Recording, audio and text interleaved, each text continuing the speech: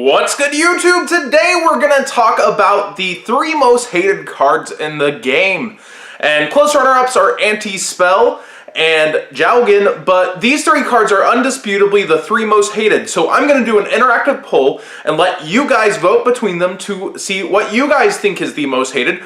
But these 3 cards are Soul Charge, Emptiness, and Majespecter Unicorn Kirin. So Vanity's Emptiness is definitely been around for the longest in these formats.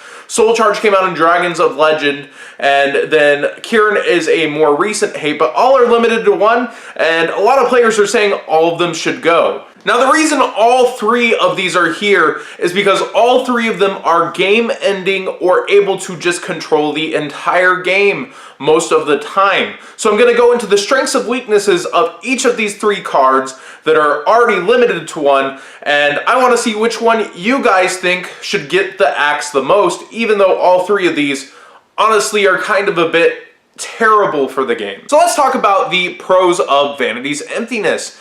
It's a floodgate.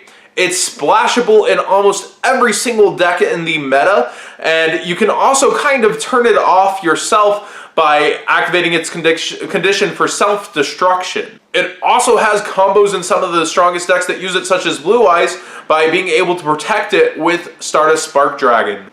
Now, the con to this card is that there are main deck outs in almost every deck. Twin Twisters, MST, and Cosmic Cyclone are among a lot of cards that people have started playing. Cosmic Cyclone doesn't get the advantage that MST and Twin Twister does, though, that by destroying another card, they get the free advantage of destroying Vanity's Emptiness. The other con is when you're playing pendulums, you can kind of get reverse locked because the pendulums will go to extra deck, and your Emptiness is still up and they're establishing their board. Now, the second card is Soul Charge. Soul Charge is often a combo piece that helps build unbreakable boards. You're able to utilize your graveyard that turn that you can use by getting free advantage with cards like Trade-In or Unizombie. There's less decks that abuse this, though. A huge advantage of Soul Charge is that you get to recur your whole entire turn. You basically get to pick and choose throughout your entire turn that you've played out and recreate the situation and go in different routes thanks to Soul Charge. And the biggest problem with this is that you're creating unbreakable boards that are just so insane that they're not going to be able to push through in the next turn. You're going to take the game most likely.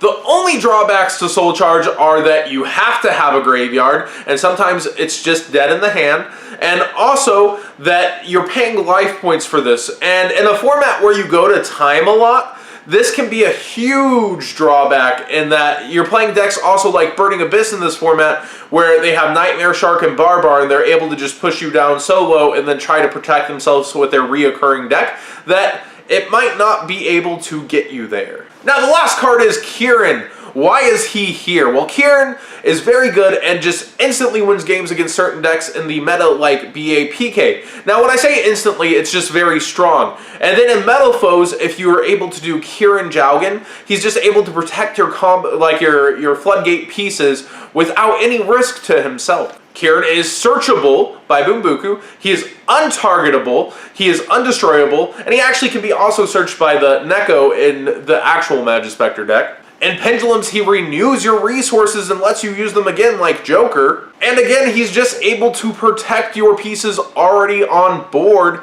to allow you to continue to recur them.